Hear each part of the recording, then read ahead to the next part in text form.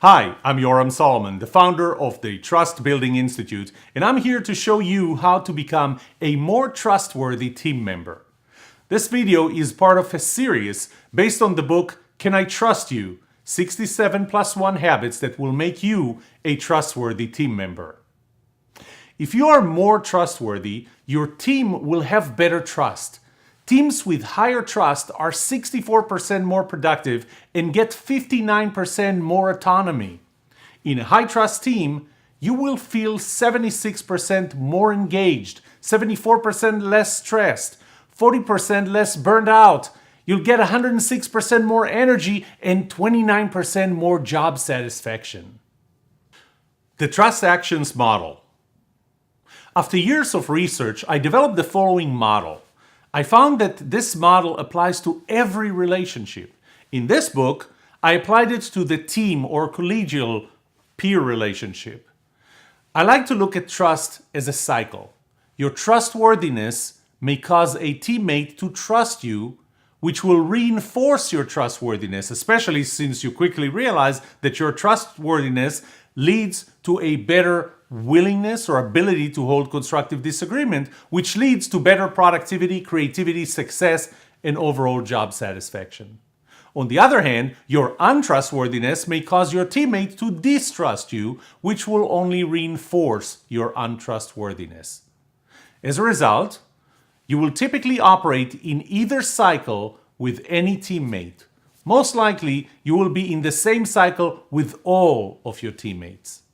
However, there is a way to break out of a cycle. Your teammate may distrust you initially, but you can break out of the distrust cycle by demonstrating trustworthy actions that will change your teammate's perception of you and move that relationship into the trust cycle.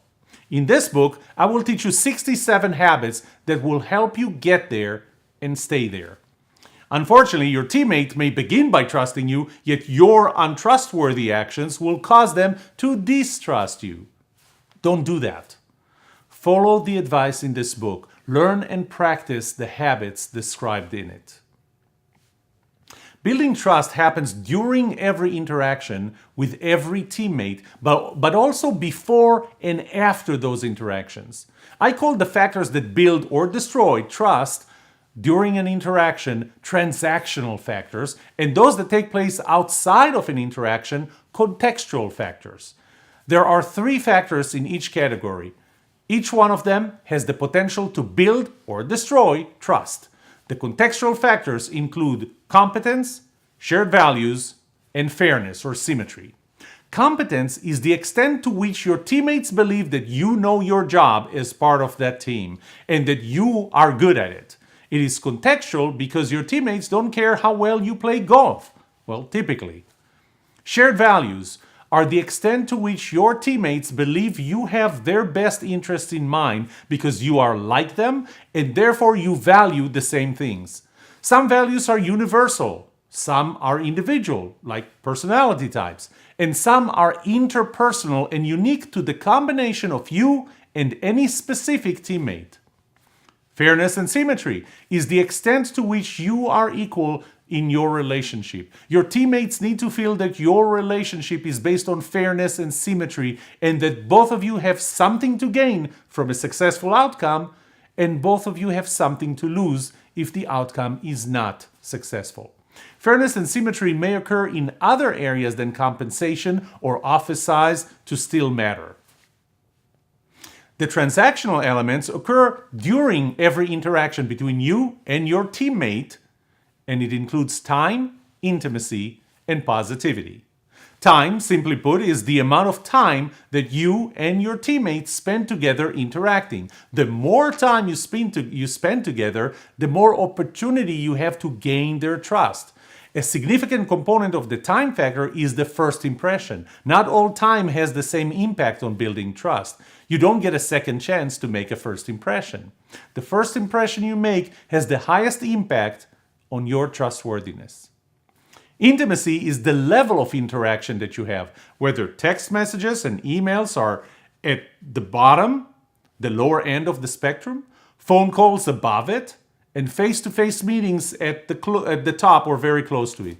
Intimacy can be associated with Albert Mehrabian's 7-30-8-55 rule.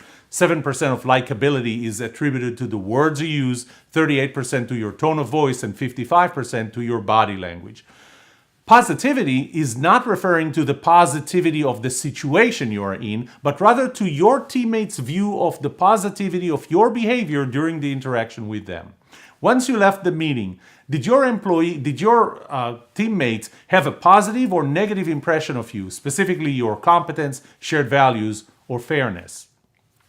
Finally, I wanted to share the transactions formula set that I developed in the Innovation Culture Institute over the past few years, which explains how trust develops.